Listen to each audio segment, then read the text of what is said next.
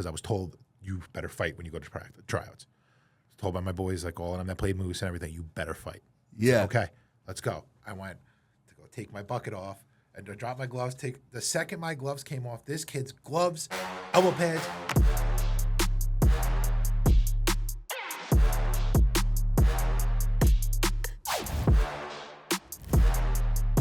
Hey, what's up, everybody? Welcome back, Talking Trash Podcast, and we have a great guest today, man.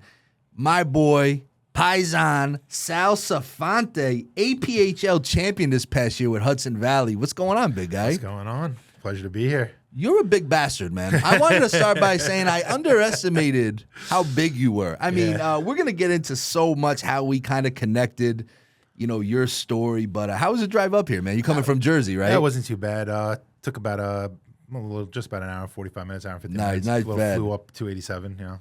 Jersey, so of course, you know, people know I'm a big Devils fan, and I was so relieved to know you're a Devil fan. Okay, yeah. We're gonna get into like our Devils heritage and stuff like that, but you grew up in you were in Staten Island, right, to begin life and everything. Born and raised in Staten Island. Spent my whole life. I moved when I was like 25. I moved off the island, bought my first house, and moved to Jersey. But made my started playing hockey on Staten Island as a kid. I played out of Clove Lakes. Played the bubble, which was anyone else that's from the island and from Brooklyn knows the bubble, knows getting dressed in the middle of that middle of that hallway, getting dressed in those trailers, and they know there was no heat. That place was something else, man. Well, that's sometimes the best way to start. You know what I mean? And you know, when I grew up, we were on a hockey hotbed over here at the time when I started playing hockey, but you know, we started out in Brewster. It was like humble beginnings, right? Yeah. Freezing cold or super hot. It was like one or the other. The locker rooms were like bipolar. It was like you'd go in one day and it was super cold.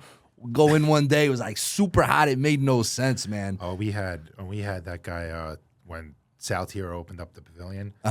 That was like I thought that was the coolest shit in the world. It's like the Garden opening up in Staten Island, right? An indoor rink, it could be open all year round. Yeah. There was heat, stands, there was a second floor, there was all sorts of shit.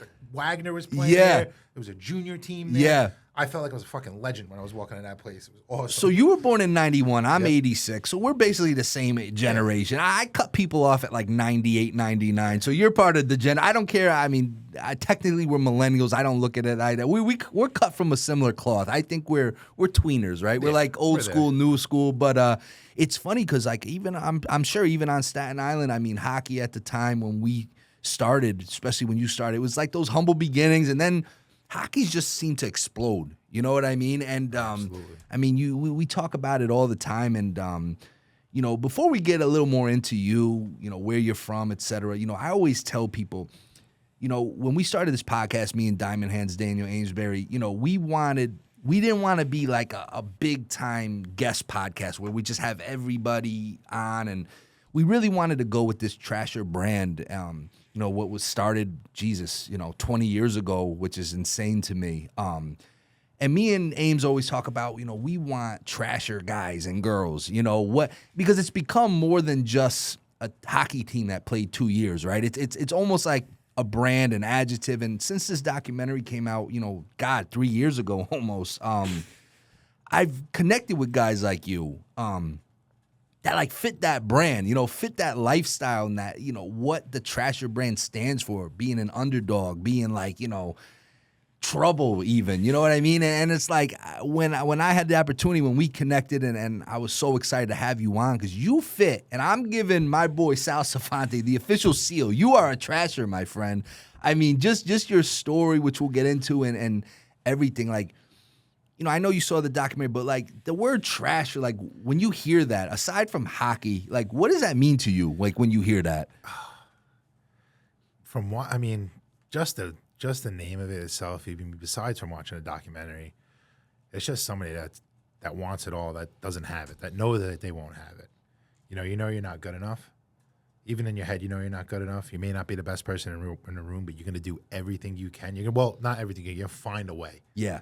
To do it. Yeah. Whether it's the right way or the wrong way, the legal way or the illegal way. Allegedly. We are all upstanding citizens here. Okay, you do what you got to do. You figure your way. I mean, I had to do that when, like we said the other day, I saw the ice a lot. Yeah, on the bench. Yeah, I didn't get a lot of my playing time. I wasn't the skilled guy. I had stone hands. Wasn't the best skater, but I learned how to use my body. I learned how to play. Were you always a big guy? Because I joked about it at the start of the podcast. I mean, you're a big guy, but even as a youth, were you always on the bigger end?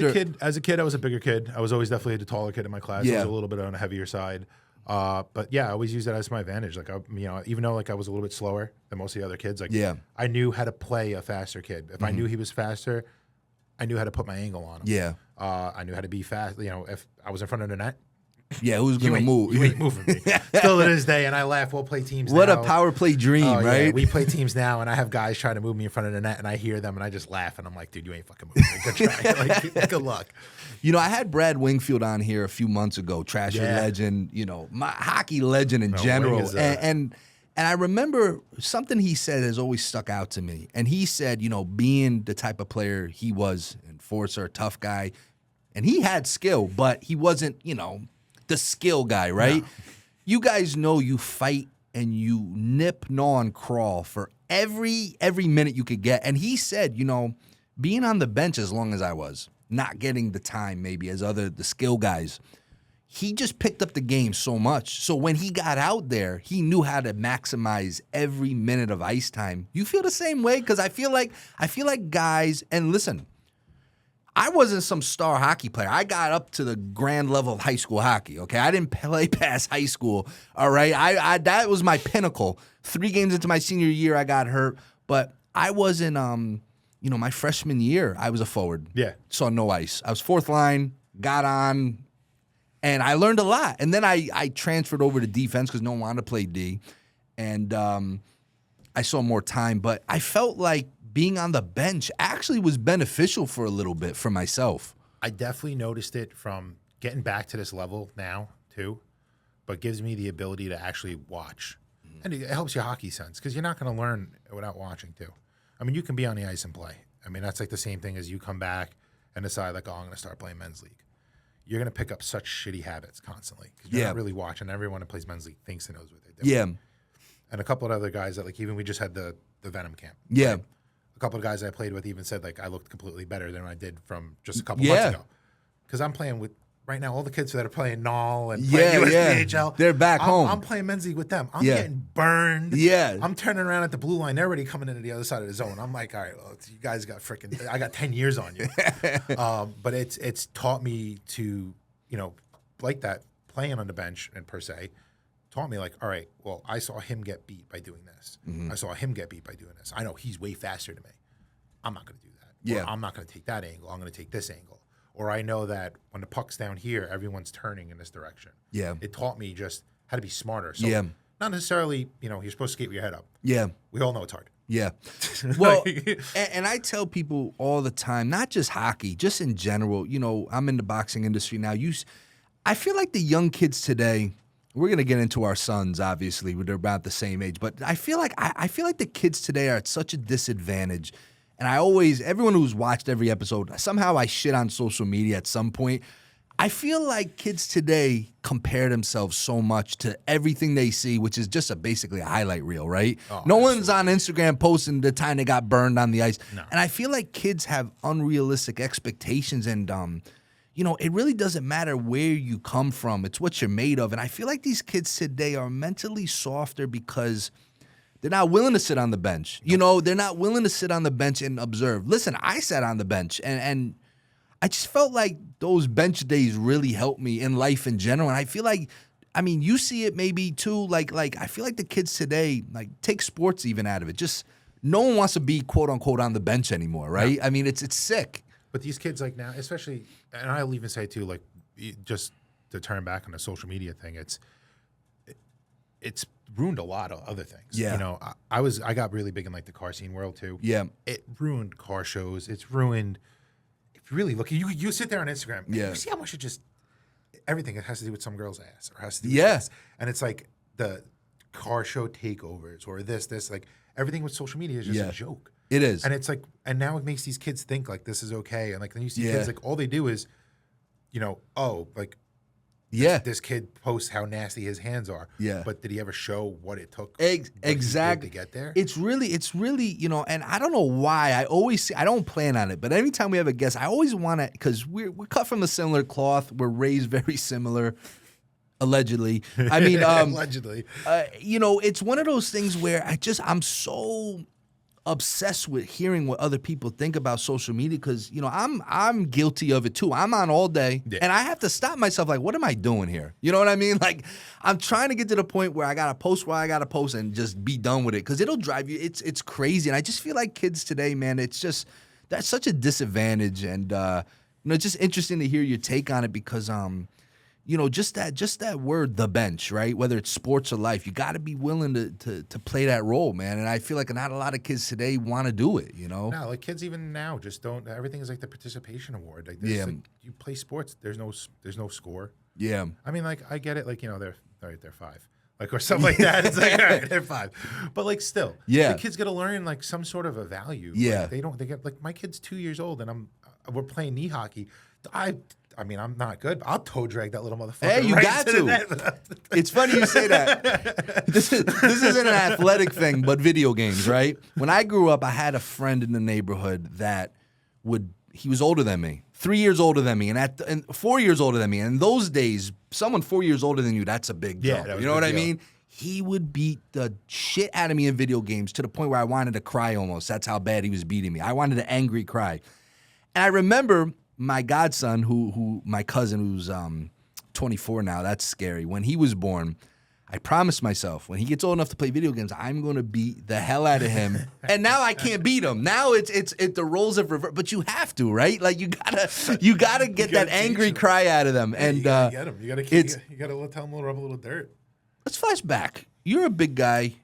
I like to eat. Staten Island. What's the best? Where are you going for food?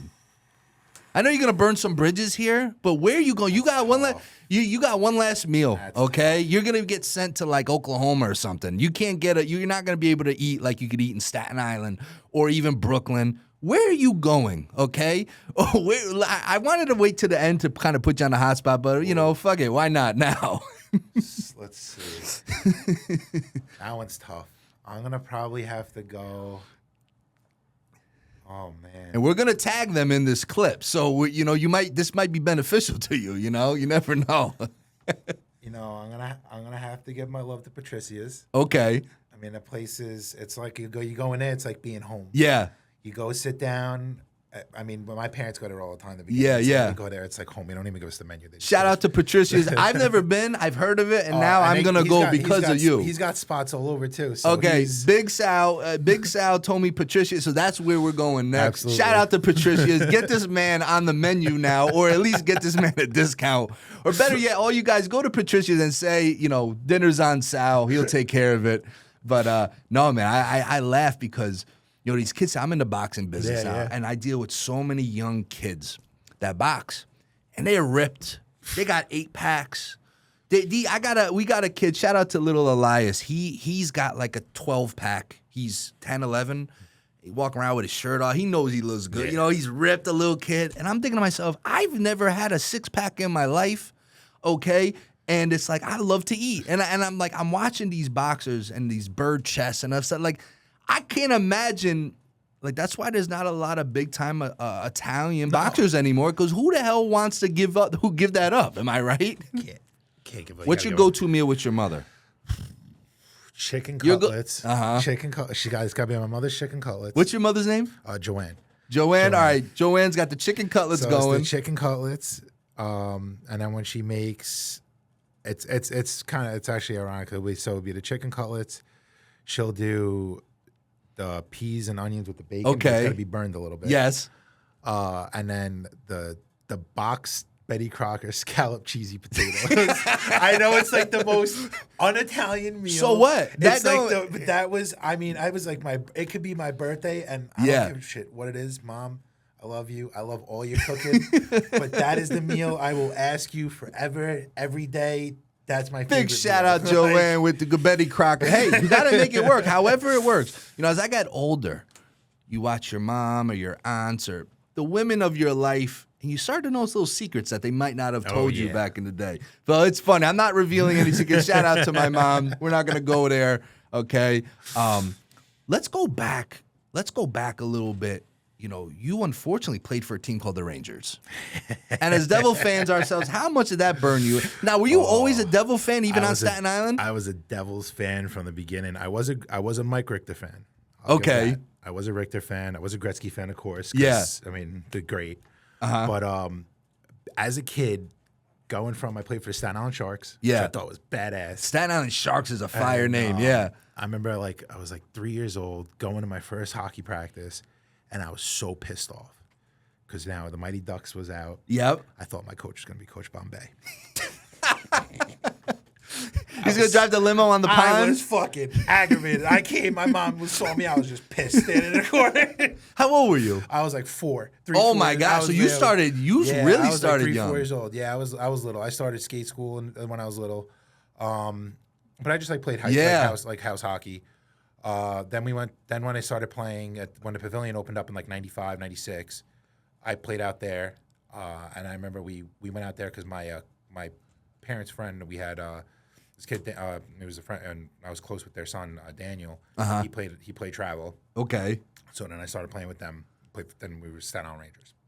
Oh man! Ultimate.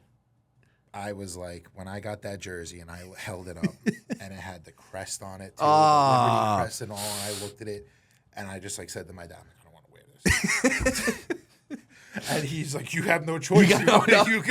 This is travel hockey. You're wearing this jersey, and that's it. But I'm a huge Yankee fan, obviously. I played baseball growing up. I remember in-house, all the teams were like a major league team. I played for the Mets as a kid. I played for the Padres as a kid. I remember. Never the Yankees. I remember our town at the time.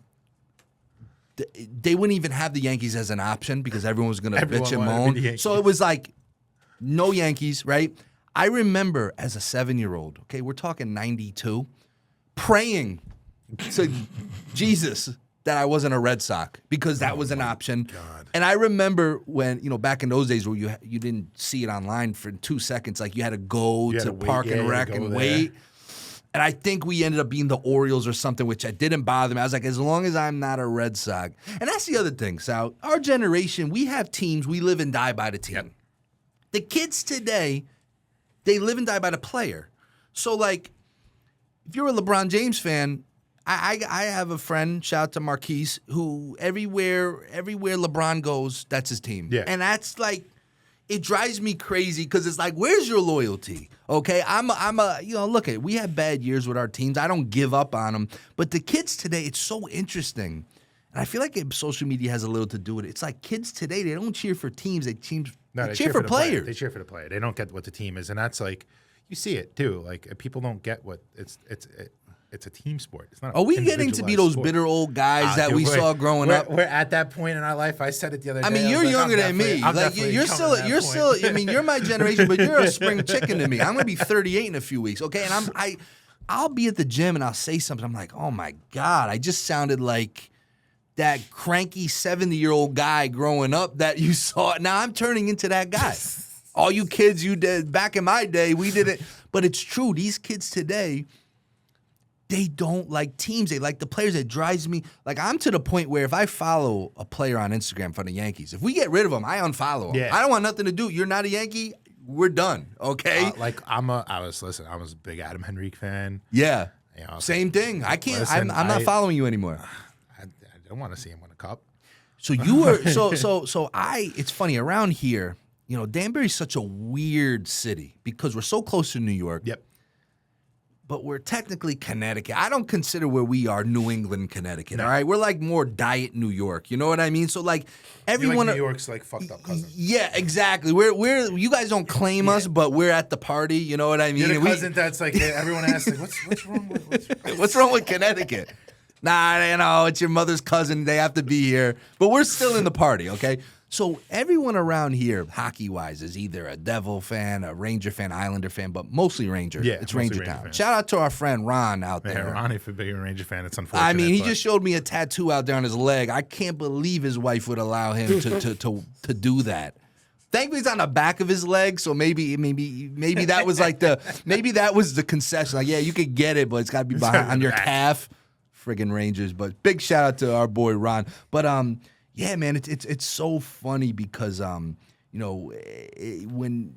we were talking a little bit this week before you came here, and you were like, I played for the, and you wrote in parentheses that sucked. Or this, can you believe? I'm like, this is my type of guy because that bothers you, right? That like it'll bother you, and man, but I didn't realize how young you were when you started. And, yeah, I wanted so my dad wasn't around for a little bit when I was a kid. Like I said, we kind of like I said earlier, we kind of come from a little bit of the same past with stuff. So my mom kind of really needed something to do. Yeah, with, son, we had three of us. My sisters had their things, and our family kind of helped with us. So it was a lot. Which having two daughters and a son, and so you're the youngest, right? Oh yeah, and you're the son. And we're in a so you are the king, basically. I try to explain to people. It's a Sicilian household too. So so you really came out with a crown on. Oh, I did. And your father is Tony, right? Yep. Shout out to Tony. So you must have just been literally the apple of his eye, right? Still I mean, you still are. You're just a bigger baby, bigger. right? You got to be the baby. You got to play the baby role. But no, that's great. Shout out to Tony, our type of guy. Obviously, we got to get him a Trasher jersey or something.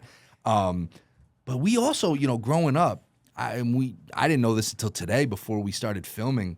You knew our close friend, Mr. John Peretta, Mr. FDNY hockey himself. Oh, yeah. That's crazy. You grew up. He finally got a tooth. He's got a tooth. Man, I remember watching that kid growing up because he was always younger than me. Yeah. And I got to watch him. Win states at Bantam. That was fucking awesome. Yeah. Got to watch him. Was he always a scrappy kid? He was that little shit. He was for his whole life. And I loved it. Watching him play, there was like, no, it wasn't like, just watching him play as a kid, even when he went to college, like, he wasn't the biggest kid. Yeah. You know what I mean, like you saw it, but he made his move. Like, we've talked, I mean, I don't even remember how I connected with John, probably through Instagram, and I could tell, just like with you, connected like that, just cut from the same cloth, scrappy. And then when I saw him, in the Chicklets Cup all those times playing the cops, and I'm always promoting John because that's I'm a loyal guy. He's awesome. I'm a loyal guy, so John is my guy. I mean, he could do a little dinky forecheck. I'm gonna promote him. Oh, that's my boy. And the cops get mad. I get DMs from cops, allegedly. I'm not gonna say who, and they're like, "You favor the FDNY." I'm like, "Listen, that's my guy. What can I tell you?" It's allegedly they have a better team. It's not their fault. Well, the cops claim that the firefighters don't really work, so they have more time to practice. What's your thoughts on that? So guys, you gotta get mad at me for this. I have a lot of friends that are firefighters. I have a few of them that are on this team. One of them was my coach, actually. So, Joey, I'm sorry, but I know you guys sit around and eat cookies often too. So they got a little extra practice time. So again, I've never been around too many firefighters or cops, especially in the hockey culture. But I didn't realize until recently how big of a rivalry it is and how long it's gone on. Yeah, it's fucking sick. And whenever I post about John, they sell that arena out. Can you believe that? When I post anything about John, okay, because he's my guy, I love him, I want to have him on the pod one day, but I'm telling you, I get cops or families of cops so upset with me. We love the Trashers, but fuck you. These guys don't work. We're on the beat all night. They get the practice. So I guess it makes sense. You know what I mean? They got, and I'll even say, because like knowing the guys are on the team too, the guys that do play on the FD team, they got a good extensive VP. They're a good little team, though, man. They got an extensive EP line. I'm not gonna lie. Go check some of those stats. They got some talent on that team. Hey, shout out to the FDNY and shout out to NYPD. All right, I go to the city a lot. I don't need to get pulled over and hear the bullshit. So shout out to both teams. I hope we talk about participate. I hope both teams have fun, have a good time, guys. When was your first Devils game? Because you were a season ticket. You guys were season ticket holders, as right? As a kid, we were season ticket holders. I think my dad took me. My first game was in '95. No, 95. Wow. Yeah, 95. Really around the same time I kind of got into hockey and the Devils and stuff. It was a gift. It was a gift from I don't know who. I don't know who. I probably should never ask who. But yeah, no, it was a gift allegedly. I have a picture of me skating with the team. What? So you went to the skates? I went. Yeah, oh my! We got to have skates, dude. I remember. My God! I remember the tunnel and the parking lot. The old Meadowlands, man, and it was windy. That place was the greatest. That I wish. I mean, I love the Prudential Center. Don't get me wrong, because it's close. It's not the Meadowlands. That was where the Devils belong. Listen, I remember, and I've told this before. I don't mean to bore people. I've said it before. My first game was 93, 94-ish, maybe 94. Devils. My dad wasn't a hockey fan. Yeah. I just got into it because of the Mighty Ducks. Devils, Penguins. I remember going to Meadowlands. I remember getting out and just having this feeling like this is going to be different. And the wind. I remember how windy it used to be in the Meadowlands. And I remember walking in, and as soon as we got to the lower bowl, it's like you felt that cold. Oh yeah. I'm like, oh, this is what I meant to do. That place was. Yager was skating around, no bucket, his hair just flowing. I'm like, this is insane, man. That was the greatest moment. Scott Stevens, I fell in love with him instantly that day. But yeah, I remember skating with the team too. The first year we went, okay, we didn't know any better. I mean, I remember my mom's like, hey, we had partial season tickets or something. Yeah. We didn't get to go. My dad would give them the customers and stuff. We went to a few games a year. I remember one year skating with the Devils. We brought sticks. I brought a stick with me as if you could go out, and they're like, no, you got to. So we get out of the car, and it's me, my mother, my sister Candace, my dad, and me and my sister have sticks as if, Yeah. Could you imagine like 1,000 people with sticks? Yeah, So we didn't know any better. We had to put them back in the car. But we get out, and we're walking. It was so windy. We started running.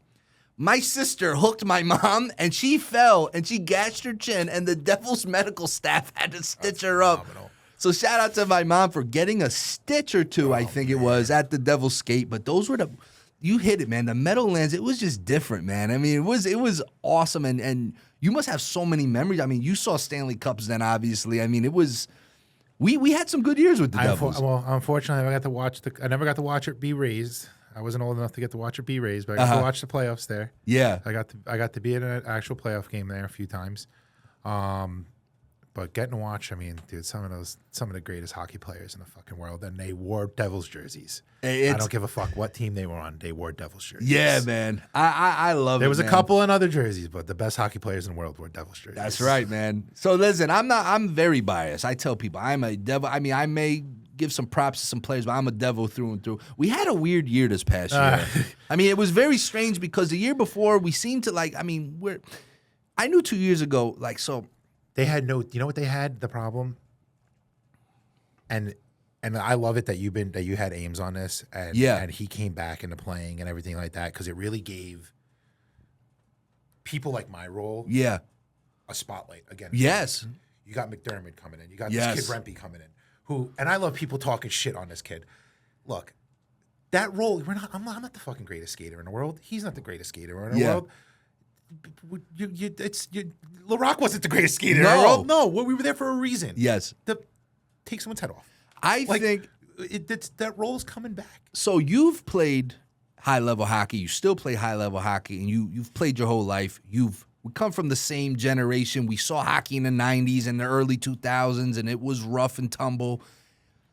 Obviously, the game's changed. The NHL is so bipolar, in my opinion, because my dad always used to tell me growing up, you can't be half pregnant. You either are or you're not, right? And hockey, it's like they want to do away. You could tell that in their heart, they feel like they want to do away. They want to just focus on the skill, not the rough and tumble stuff. But they won't just outlaw it altogether. No, they're not gonna. But the team, like this year, they had nobody. They had no sandpaper. They had nobody to hold the team together, I felt like. And you mentioned it, and Ames and I have been talking about, the Trashers, we obviously were known for being a crazy-ass team. We had a lot of crazy guys. But I always said, you got to walk the walk, talk the talk, walk the walk. And me, when we started this podcast, I said, you know what? Whether it's still a huge part of the game or not, I want to spotlight the guys, and there's even girls out there, but the guys still doing it. And it's important because hockey, I mean, I can't imagine not having fighting in hockey. Oh, no. You know what I mean? And people that, look, I've learned a long time ago, you can't convince somebody who's so adamant against something. You can't convince them any different.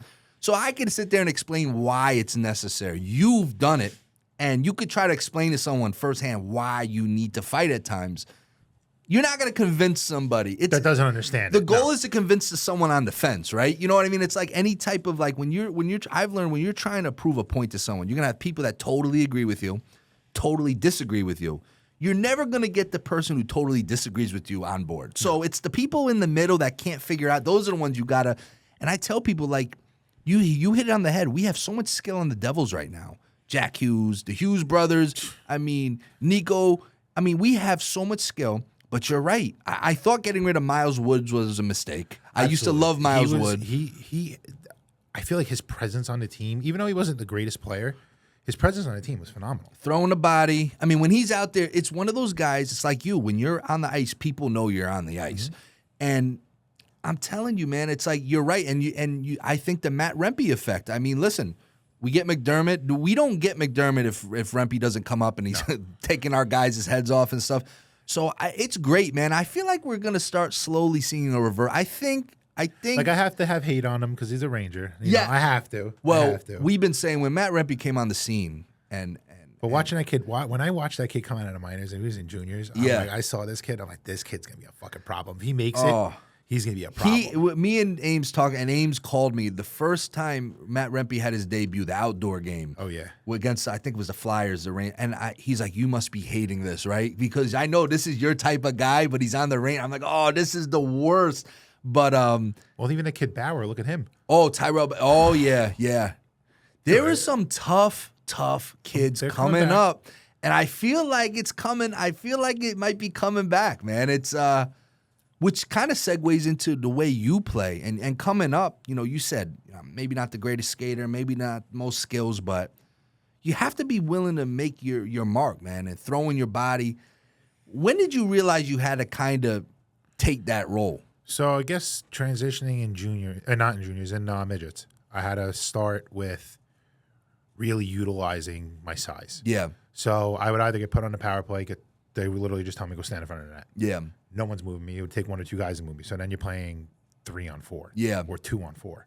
Yeah. So right away we're scoring. Yeah. Or guess what? I'm in front of the net and I'm clearing everybody in front of the net. Yeah. No one's moving in front of my goalie. Yeah. And then when shit hits the fan, I had no problem. I'll fight an entire line. Yeah.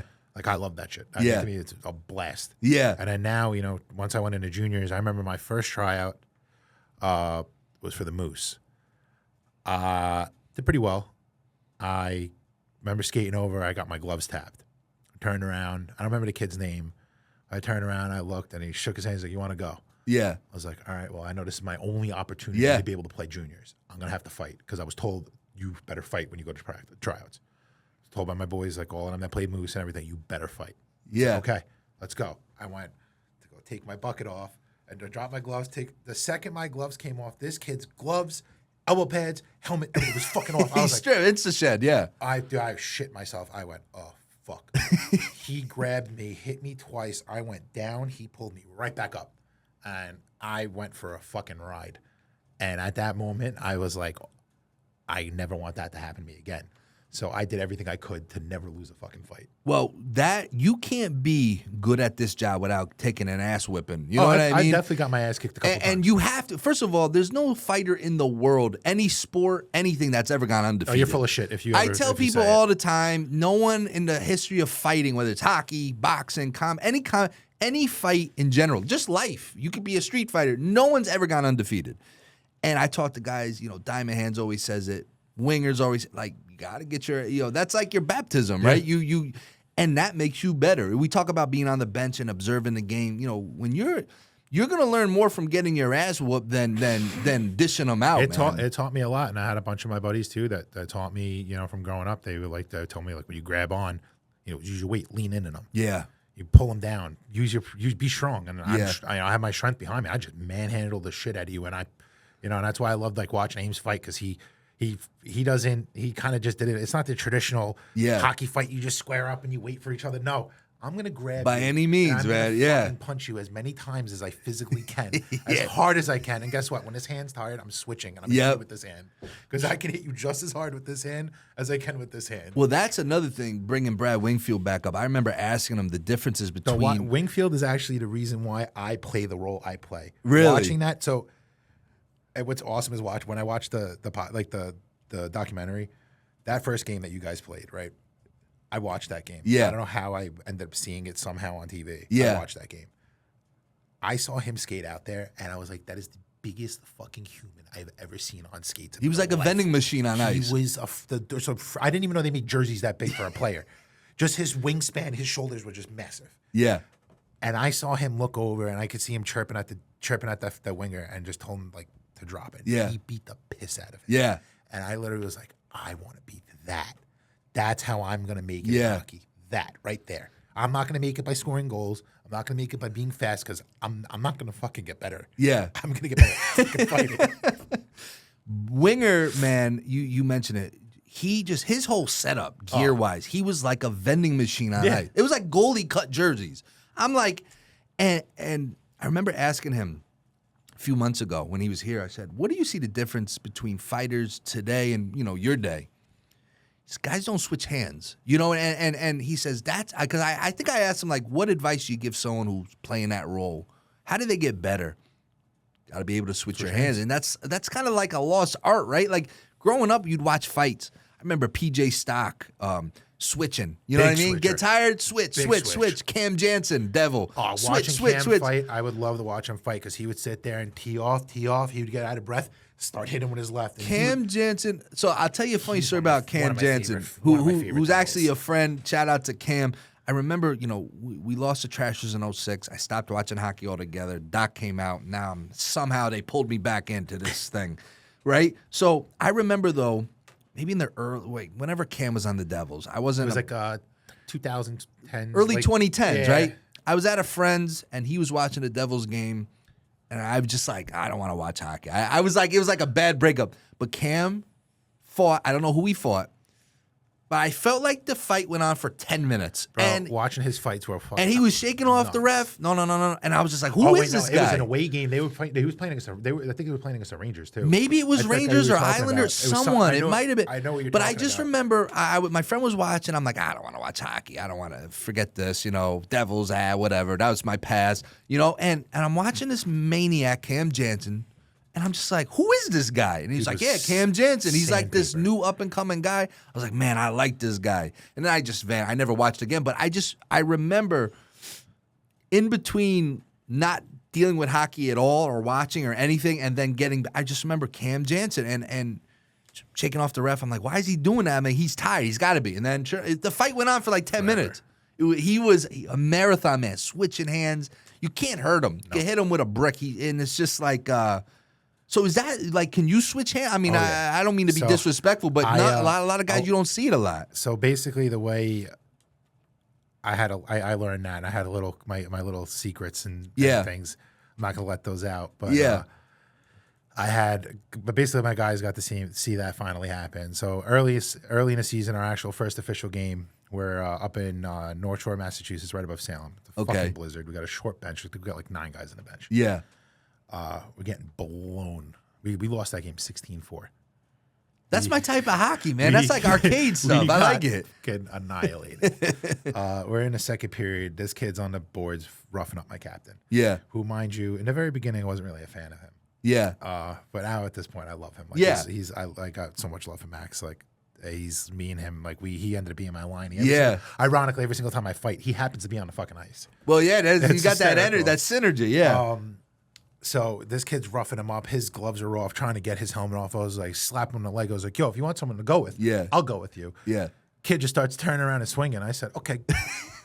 I hit him. I start hitting him in the stomach, giving him a couple of to turtle him a little bit, and I just start teeing off. Yeah. And I couldn't get him with my right hand anymore. I switched. He had no clue it was coming.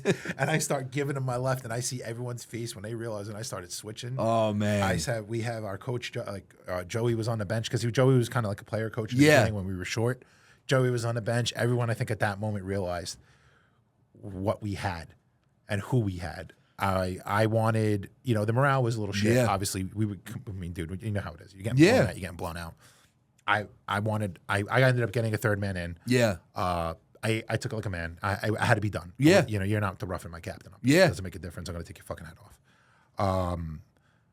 I earned it. And I looked over at the bench. I was getting carted off by the ref, and I was fucking.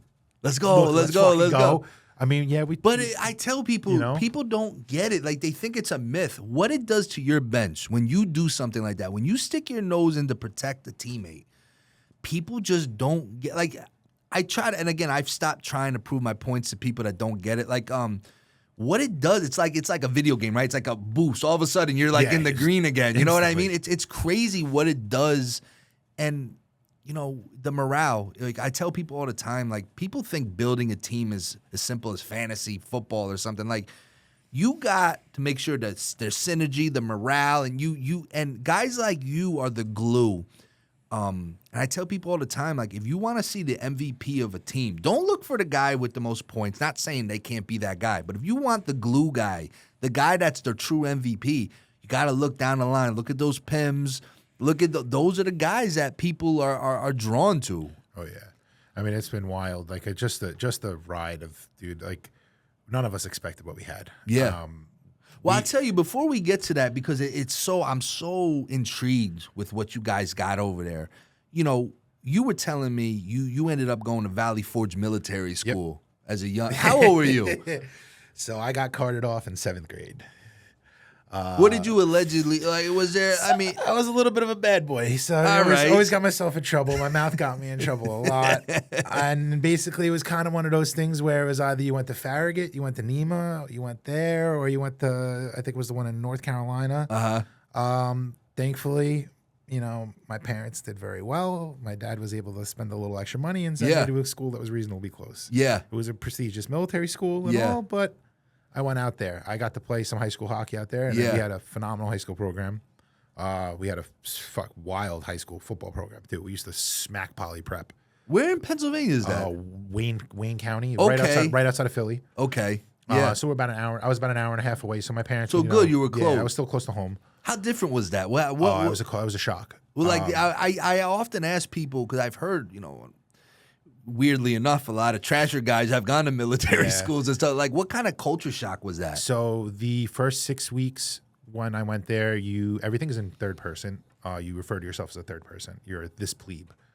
You can't talk to your parents. You can only talk to them through letters. You can't use your phone. You can't use nothing. I mean, I didn't have a cell phone anyway. That was in like 2004 or something like that. Now I remember going, I spent my 12th birthday in a mess hall with like this literally industrial fucking cake. Yeah. With everyone in my company at the time. Yeah. Like, it was rough. It definitely was a hard time for me. I'm not gonna homesick? Lie. Extremely. The it's letters. It's gotta be. I can't imagine, that's one thing, coming from our backgrounds, that had to be being away really from my tough. Mom, being away from my mom was the hardest thing I could ever do. Yeah. Am I ever like hold a grudge behind it? No. I'm actually happy my parents did that for me because I can only imagine where I would be today. Yeah. I don't think I would be in the right life or fuck it. I would even be here. Who knows? Yeah. I would have done something stupid. It's we were talking earlier, shout out to your son Archer, who's going to be the next big hockey player and, probably now, you know what I mean? Probably. But, my son is going to be 2 in September, and I can't even tell you, and I guess you could relate, like, everyone tell you, oh, your life's going to change when you have a kid. And I'm like, yeah, obviously, right? Yeah. I mean, of course my life's going to change. I always wanted a daughter. Hey, hopefully one day. To be honest with you, I wanted a girl. I don't know why I was hell bent on a daughter. I have so many nieces who I love. I'm like, girls are great, But when I found out I was having a boy, I was like, wow, I never thought a son could soften me. Like I knew a girl would, obviously, but my son, when I look at him, and it's like, you talk about. Maybe as a kid, you were maybe a little confused why you got sent to military school. Maybe there was times you were angry. And I know I've had times in my life where my parents put me in a position where I was kind of pissy about it or I got, you didn't understand. And when you become a parent, you know, I look at my son, I'll die for that kid, you know, and like, and if he's, you know, sometimes you're gonna have to make hard decisions as a parent. And I'm thinking about it, I'm like, I'm enjoying this now. He's not 2 yet. He's almost there. You know, when he gets older, I start thinking now, like, man, when he's a teenager, like, what's it gonna be like? You know what I mean? Like, I think, you know, when you've become a father, do you kind of look at what your parents did differently? Like you said, maybe more grateful that it probably was harder for them than for you. You know what I mean? Absolutely. I mean, I can only imagine. I mean, my parents, it was 3 of us. So yeah, my oldest sister is 10 years older than me, and my middle sister is 6 years older than me. Okay, yeah. So then, you know, then there's me. I was a lot. Yeah. I definitely wasn't I definitely was not no easy kid. Yeah. But you know, it's not easy. I mean, I'm absolutely, you know, beyond grateful for everything that my parents have ever done for me. I would never be anywhere where I am today. Yeah. My dad's, you know, growing up, my parents gave us everything that we ever wanted. Not in the sense of making us that we were like spoiled, ungrateful kids. No. So I tell people all the time because I'm very sensitive. We knew to that. the value of what we had. Yeah, and that's great, man. It's like, you know, it's crazy where life takes you, and it's crazy when you become a parent how you could understand your parents even more. And you know, it's funny. My dad. Sometimes I'd get yelled at a lot as a kid, and he'd be like, "You'll understand when you're older. Don't worry." And I'd be like, "Yeah, you know, whatever." And now I understand. I say, I'm like, "Wow, I get it now." You know. So shout out to Archer. And I heard he's a hell of a floor hockey player already. This kid is up. Been taking him to games since he's 5 months old. He went to every single playoff game last year. Wow. And this kid's obsessed with hockey. He will like play hockey. We play knee hockey all day long. Yeah. And when I do let him score, he does the knee drop celly and all. He does it all. But if you ask him what to do if there's someone in front of the net, that kid will show you how to cross check. And the sound effects and all. Nah, I always tell people, usually the toughest players end up having the most skill for sons. Yep. Shout out to Daniel. Shout out to Amesbury's son. Okay, Wes is going to be a serious problem in the hockey. So now it's like my life is coming full circle. Maybe in 15 years I can start a whole new trasher team with all these Archer, Wes. Maybe my son, who knows? I mean, it's crazy to see these kids so young understanding the game of hockey. You know what I mean? Got a nasty backhand for a 2-year-old, I'll tell you that, but better than mine. Unbelievable, man. Now, I remember when we were talking, you got into powerlifting too, because I feel like you said at one point, you know. And so I fell out of hockey, and I grew a hatred on it. I couldn't even watch pro hockey. Isn't it weird? I don't mean to interrupt you. Isn't it weird? Like, because I went through the same shit. Like, I feel like when you realize you think it's over. Yeah. Like in 2006 when we lost the team, a lot of different circumstances why, but I just remember, I don't know why, something I loved for the majority of my life, instantaneously I hated it. Why is that? I don't know. And I have a couple of guys even on my team that'll say it too. Yeah. Like they were done and just hated it. Yeah. And then I don't know what it was. I needed something. Yeah. Because I played sports my whole life. I needed something to be competitive again. And I found powerlifting, which was competitive. Got into that. It was fun. It was a blast. I destroyed my body with alleged vitamins. Allegedly, yeah. I mean, there's a lot. You went to GNC. Yeah, I mean, the GNC's backdoor.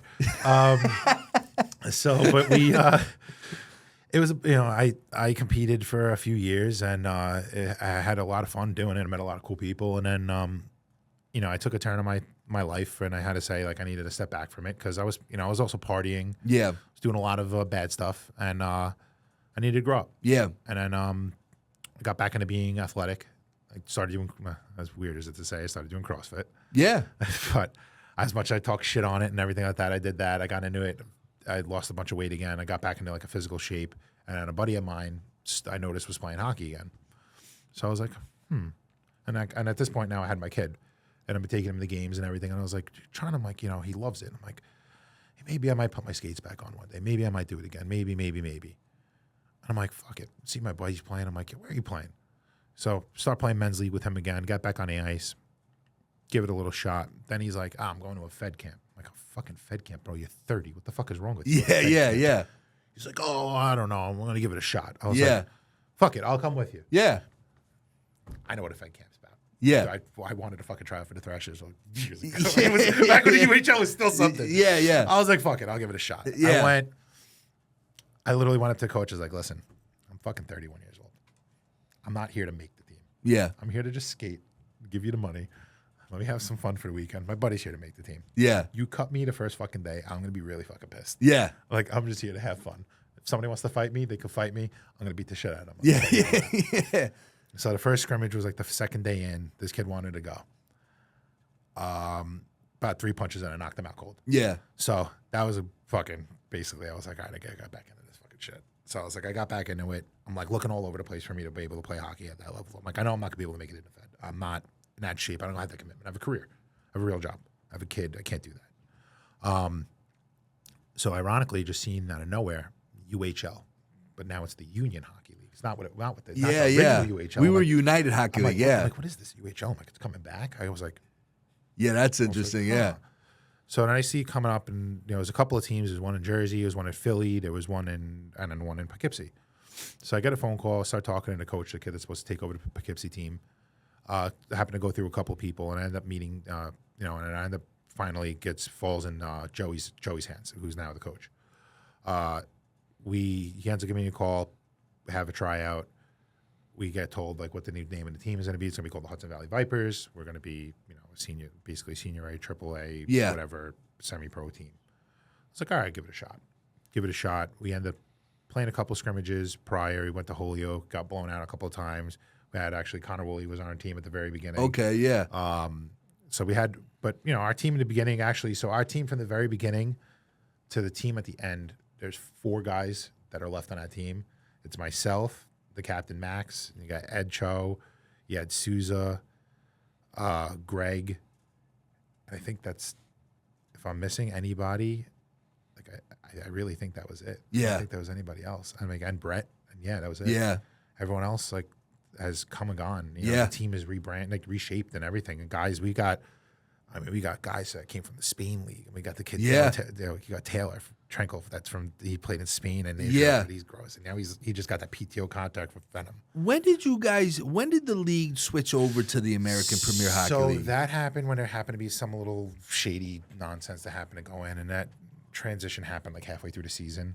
So this is kind of where we connect, right? So now, I get clips sent to me all day on it. I'm and I just remember we connected and I would watch what you were doing. I'm like, oh, that's cool. I didn't know too much about the league, but I'm like, Hudson Valley. Like, And I realized it was Poughkeepsie. I'm like, oh, that's cool. Then I heard about this APHL and this and that. And then, we mentioned him before. Our buddy Ron was like, hey, I'm going up to this game right off 84. It's real close. I think the hat tricks were away. And he's like, I'm going to go check out this game. I was like, oh, yeah, let me know how it is. I think I've heard about it, And sure enough, I remember he messages me. He goes, have you ever heard about this guy fucking Sal? Now, I'm thinking to myself, where's this conversation going? This guy named Sal. I'm like, I was like, I don't know if he's talking about hockey. I don't know what he's talking about. So I don't say boo. I'm like, and then he sends me a picture. And it's you and him. I'm like, oh, Sally Bots. And I didn't even know what your full name was. I just went by your Instagram name. Like, oh, yeah, I've talked to him. Great guy. He goes, dude. He goes, I love this guy. He's a Danbury type of guy. He would be. And I'm just like, oh, man, that's awesome. And I just remember Ron and a bunch of the Danbury fans started going to a lot of these Hudson Valley games. And I'm so pissed because I really wanted to go. And I was just so busy, towards the end of the year. But it's funny. I always tell people, and we talked a little bit about it before, out front. Back in the Trasher days, half the scouts we had were the fans. I didn't need scouts. I didn't need to pay a legitimate scout. No. I went with what the fans wanted. I mean, we really listened to the fans, what they wanted, and I'll never forget. God, what was his name? There was an Italian kid on the Richmond River Dogs. All Section 102 fans wanted. His last name was Nasato or something like that. But I couldn't make it happen for some reason. But I just always remember and I remember Ron is one of these lifers. Like his word means something. Like he knows. He's not one of these fans that he knows. And when he noticed you, I'm like, wow, this guy Sal must be legit. Then he went back. You scored one game. He called me. He's like, fucking Sal scored. Can you believe it? I'm like, oh, that's sick. And slowly but surely, I really started hearing a lot about this team up in Poughkeepsie, Hudson Valley. And I'm just like, oh, that's cool, man. It kind of reminds me of 20 years ago when you said it. A lot of people, naysayers, it's not going to work. Oh, yeah. Now, in the Federal Hockey League, Hudson Valley now has a team, correct? Yeah, so our owner, Pat, who's done, Pat, Daycube, your family, every single one, Alex, Christine, all of you, for everything you guys have done. For all of us, Pat who also with the Renegades. Okay, he put together the Vipers with a dream. Yeah, and I mean it was not a loose dream, but it was a dream with hopes. I mean, who knew? Dream chasing. Happen? It's I get it. I mean, I've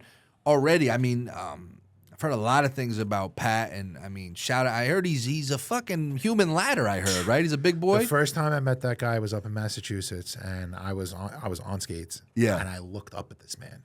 And you're no little guy. No, I'm 6'4". Yeah, and I'm on skates, so I'm at least 6'8", 6'9", whatever it is. I looked up at this fucking guy. I was like, Jesus fucking Christ, how the hell are you still taller than me?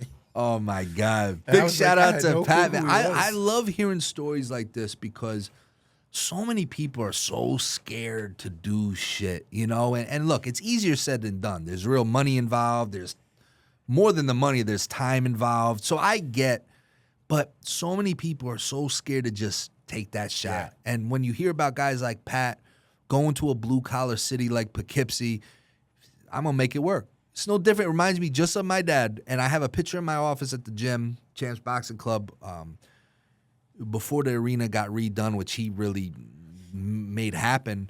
There's a picture of me and him, and he's pointing. He's like this. And I have that picture because I'm like, that's a visionary. I was like, I always look at that picture when I feel like I'm that.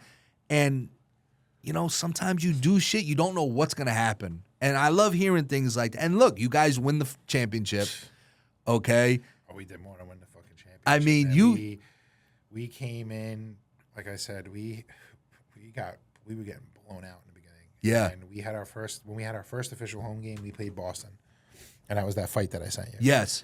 And from that moment on, that's when everyone in that town knew Poughkeepsie has a hockey team. Listen, I tell people, you can't complicate things. Things are different. We're in 2024, but people are still people. They want what you guys are giving Poughkeepsie. Just like Danbury hockey now is going on 20 years in total. There's been other teams. The Hat Tricks are doing a hell of a job. They're really established. I tell people, this is minor league hockey. It's professional.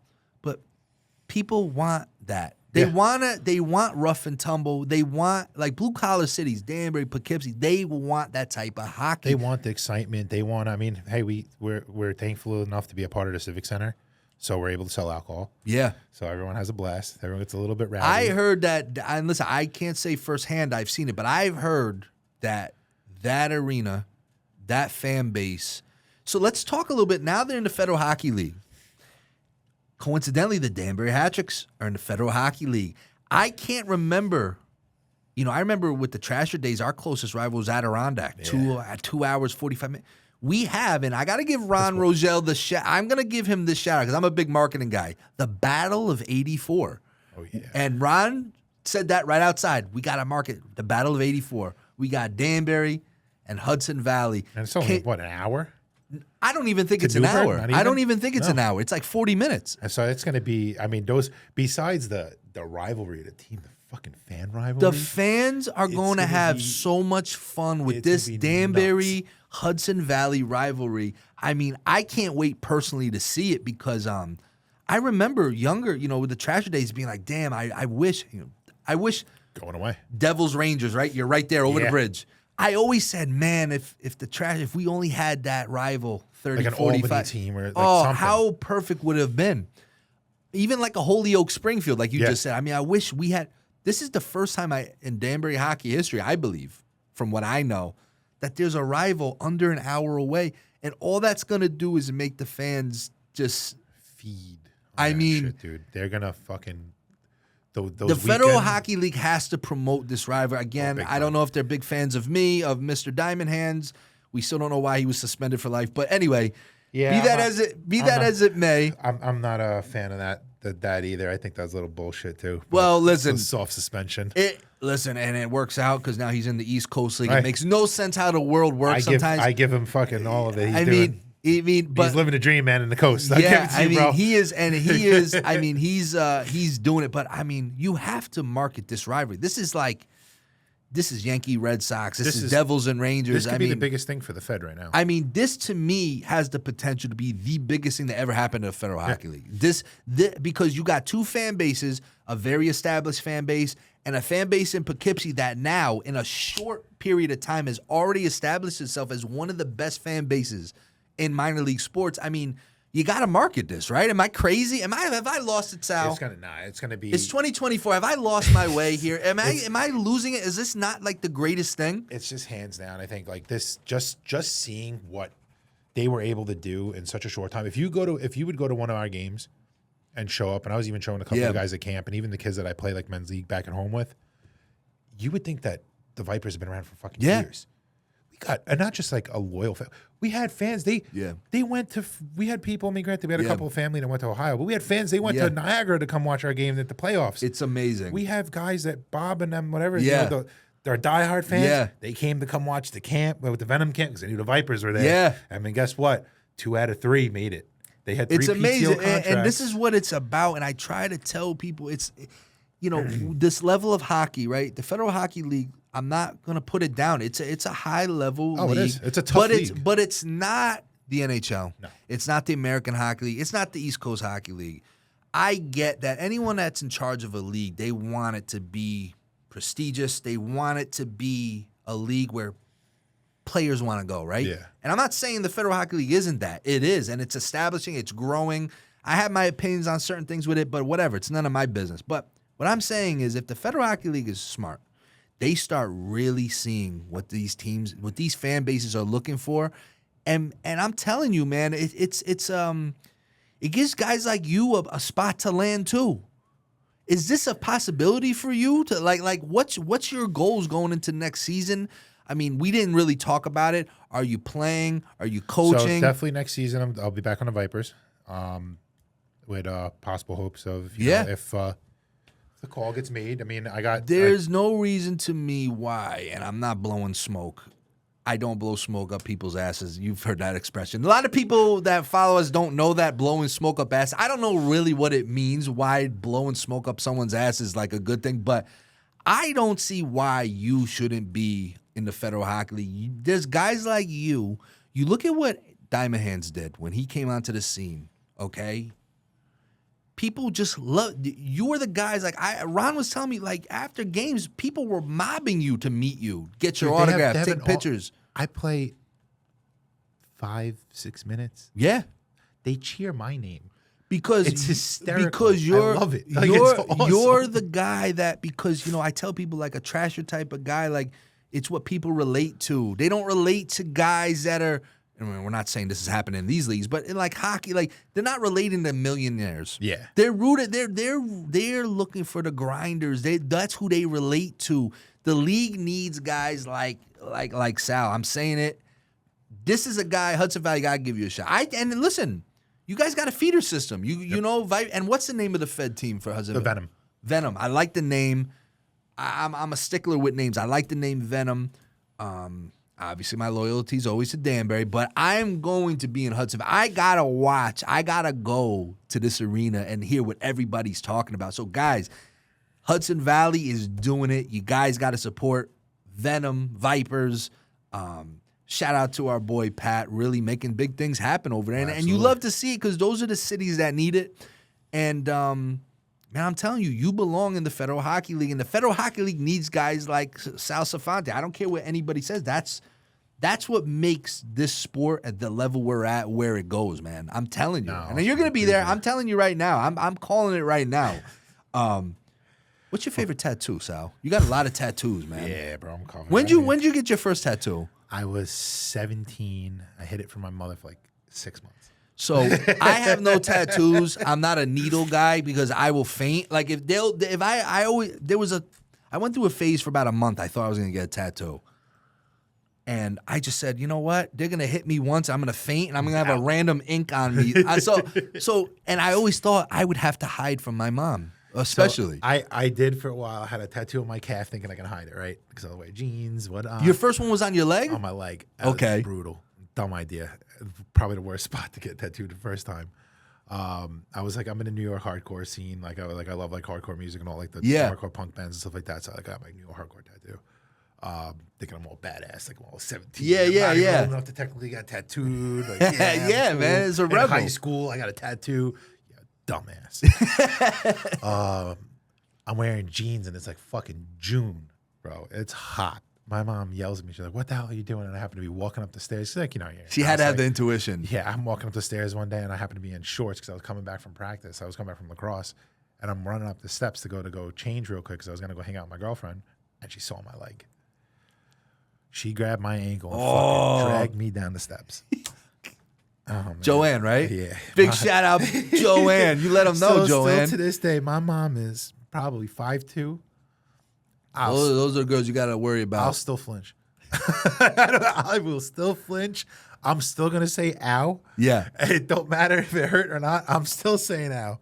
My mom, she was like, she don't have a problem with the tattoos. The head tattoo is the one that she's like, still a little bit. You got a head tattoo? Yeah, I got the whole side of my head tattooed. From this angle, were you a wrestling fan growing up? I was. You remember Bam Bam Bigelow? Yes, I You do. got the little Bam Bam Bigelow going with the head tattoo. I like it, man. I was a 90s wrestling fan as a kid. Yeah. It's so funny because tattoos now, it's funny growing up, my mom, you better never get a tattoo. Think about, you're never going to get a job. And when you're old, it's going to, and I always remember that. I see kids today, 15 years old, they got sleeves. Yeah, you got kids that are like, their whole throat, their face is tattooed and whatnot. I'm like, you can relax, bro. Make sure you get the job first. I mean, I've been making good money for myself. What's your most painful tattoo you got? I got this stupid fucking tattoo of my ex-girlfriend when I was like 7 or 8 years ago. I have this like little rose on my ribs. Miserable. That's very sweet of you, Sal. Yeah, you got a nice heart. That's sweet. A rose. Yeah, Did you cover it or no? No, it's like about covering that thing. I'd rather get it removed at this point, bro. That shit was so bad. I'm like, I'm not done leaving this thing. I sat and got my stomach raw dog. I did that. I was like, tattooed my stomach, no problem. The whole rest of myself, everything else. This little dumb tattoo all the way up here. It's a rose. Yeah, a little rose. Isn't that how it works? All the shit you have is the rose. You got head tattoos, everything. It's a rose. I slept through my head. I was like, yeah, go. You got a go-to tattoo artist, or you just... I got a few. I mean, I've been tattooed by multiple people. I definitely got a few people. Shout out to Danbury Tattoo, actually. Okay, shout out. Hometown, yep. Amber, actually one of Timmy Hanlon's wife, Amber. She's one of my boys that plays on the Vipers. Yep. His wife owns that shop. Everyone at that shop's great. Actually, Bobby tattooed, one of their guys tattooed us, did our Viper tattoo, and we all, after we won. That's sick. So, yeah, it's my little go-to spot now. It's just funny. I asked about the tattoos because both of us being from the same cloth with the mothers, and I was just thinking to myself, that was, you came at her with the Betty Crocker thing earlier in the episode, and I'm like, she's going to crack Sal. Oh, the spoons, man. I was spoons. I got hit with whatever was in my mom's hand. But you need that, right? Yeah. You don't see it anymore, and that's kind of why we may have some of these issues today, man. They need their ass kicked every now and then. And even not even just by their parents. Like, kids need to just get their ass kicked. Like, I got my ass kicked when I was probably 17, 16. I ran my mouth to some dude. I was like 35. Yeah. And he hit me with an open hand. Sat me down and humbled the shit out of me, and I shut up. It's good. You need it, man. But these kids don't know what it's like. And that's like why, I love, granted, the role in hockey, being the tough guy role and the fighter role. It's a role. Yeah. At the end of the day, I'm an entertainer. Yeah. It's real. Yeah. That shiner is real. You know what I mean? It's real. It's real. You know what I mean? We're fighting each other. We're out there. We're bleeding. We're fucking each other up. But at the end of the day, I'm gonna buy you a drink. Yeah. We're bullshitting. The kid from Niagara when we get to go again. I told him we're taking it to center ice this time. Yeah. We're gonna have a good one. Oh man. It's a blast. And I love it. I get the boys going to, when there's a hit that gets, somebody gets a little bit of a dirty hit and the fans are chanting, "We want Sal." Yeah. It's that's why when you they talk know about the body bag chant. Yeah. And it's it's the same shit. You're like, we want Sal. We want Sal. And the boys on the bench, man, it gets them round up. It's job security too, man. I'm telling you, owners, pay attention to that. You You're gonna be up in the Fed this year. I'm telling you right now, it's gonna happen. I hope so. I mean, Josh has got big plans for that team. I got a lot of faith in him. I know him from. He's a couple years older than me. I actually got to watch him playing growing up.